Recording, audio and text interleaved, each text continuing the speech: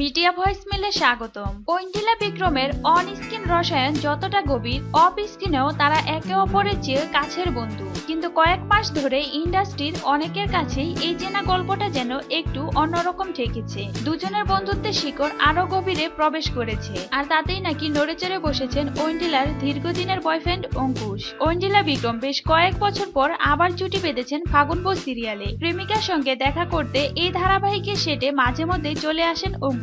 প্রথম দিকে ব্যাপারটাকে কেউ বিশেষ পাত্তা দেননি, কিন্তু কোনো কিছু যখন স্বাভাবিকের চেয়ে অতিরিক্ত হয়ে যায় চোখে পড়ে তখনই। বিষয়টা নিয়েই ইদানিং সেটে চলছে বেশ কানাকানি। ঐন্দ্রিলাকে চোখে চোখে রাখতেই নাকি নায়কের এহেন গেস্ট অ্যাপিয়ারেন্স। এ ব্যাপারে ঐন্দ্রিলাকে প্রশ্ন করা হলে তিনি বললেন, আমরা অঙ্কুশকে ডেকে পাঠাই বলেই ও আমাদের সেটে আসে, আর শুটিং এর ফাঁকে তিনজন একসঙ্গে আড্ডা মারি। একই প্রশ্ন বিক্রমকে করা হলে তিনি হেসে বললেন, আমাদের বন্ধুত্বের বয়স কম করে 9 বছর। সেই 7 পাকে বাঁধা ধারাবাহিকে কাজ করার সময় থেকেই এত বছর পরে আমাদের সম্পর্ক নিয়ে অঙ্কুশ দুশ্চিন্তা করছে। ব্যাপারটা আমাদের তিনজনের কাছে বেশ মজার। মাস কয়েক আগে ফাগুন বউয়ের কলাকৌশলী আউটডোর শুটিং এ গিয়েছিলেন কালিম্পংয়ে। সেই সময় অঙ্কুশও তার পরিবারের সকলকে নিয়ে সেখানে পৌঁছে গিয়েছিলেন। ঐন্দ্রিলার কথায় সেটা তো আমার কাছে দারুণ সারপ্রাইজ ছিল।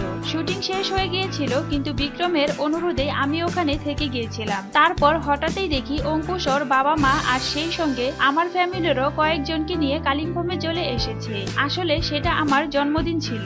অবশ্য ইন্ডাস্ট্রির গুজব, গার্লফ্রেন্ডকে সারপ্রাইজ দেওয়ার নামে তাকে চোখে চোখে রাখাটাই উদ্দেশ্য অঙ্কুশের। ঐন্দ্রিলাকে সে কথা জিজ্ঞেস করায় তার সোজাসাপটা জবাব, অঙ্কুশ আমার কাছে কখনো সন্দেহ প্রকাশ করেনি, অতএব নিজেই এটা ভালো বলতে পারবে। তবে শোনা যায় অঙ্কুশের নাকি গার্লফ্রেন্ডের ফোন চেক করার পুরনো অভ্যাস রয়েছে। যাই হোক, ভালোবাসায় মান অভিমানের পালা চলেই, কিন্তু সমস্যা হয় সন্দেহের দানা বাঁধলে, আর তখন যদি আকস্মিক প্রবেশ ঘটে তৃতীয় ব্যক্তি, তবে যা রটে তার সব কি আর সত্যি হয়? এই ফেব্রুয়ারিতেই তো অঙ্কুশ ঐন্দ্রিলার বিয়ে করবেন বলে শোনা গিয়েছিল।